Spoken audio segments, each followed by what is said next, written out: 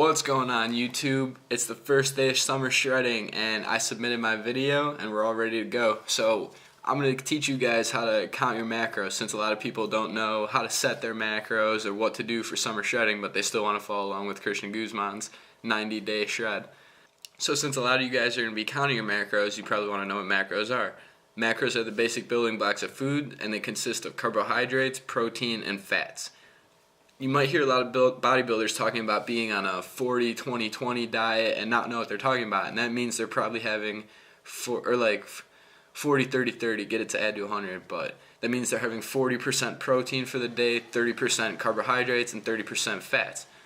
And don't get it wrong, fats are 9 calories per gram, and protein and carbs are only 4 calories per gram.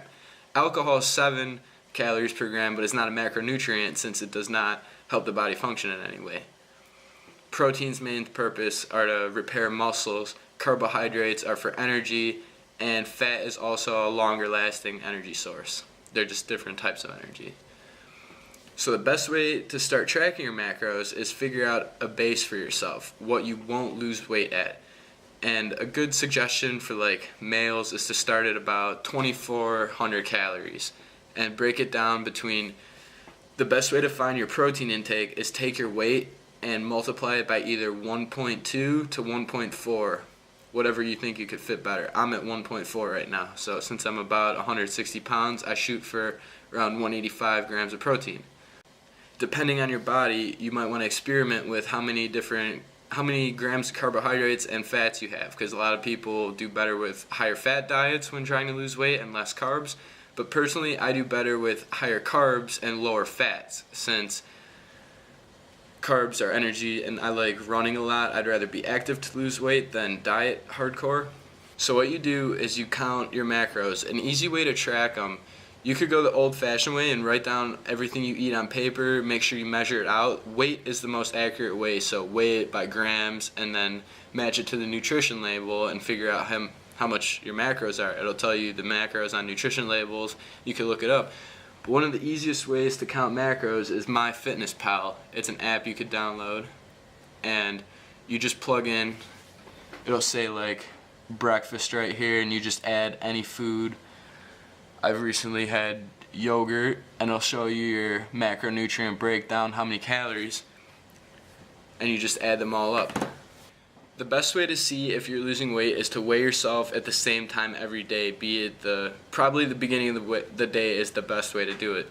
And you could reset your macros every week based on your needs. If you think higher carbs are helping you feel better and look tighter, drier, whatever you need, then adjust your macros. And if you want to lose weight at a faster rate, then crank it down.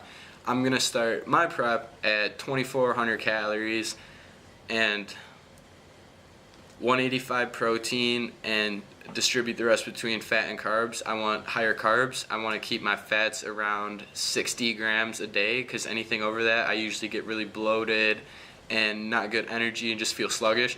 So I stick higher with carbs, and I'm just going to crank the carbs down as the cut goes and keep my proteins and fats steady, and just keep decreasing carbs if I need to lose weight faster, but if it's going well, then I'll keep it there. And last year I got down to about 2,000 calories a day, and I was losing weight at about a pound a week. So that's a good steady rate since we have 90 days for Christian's cut. And yeah, I wish you guys all luck. Good luck counting your macros, experiment with what works for your body, and have fun learning about what works for you and sticking within the future. Keep working hard, guys. Peace out. But then again, for not too long.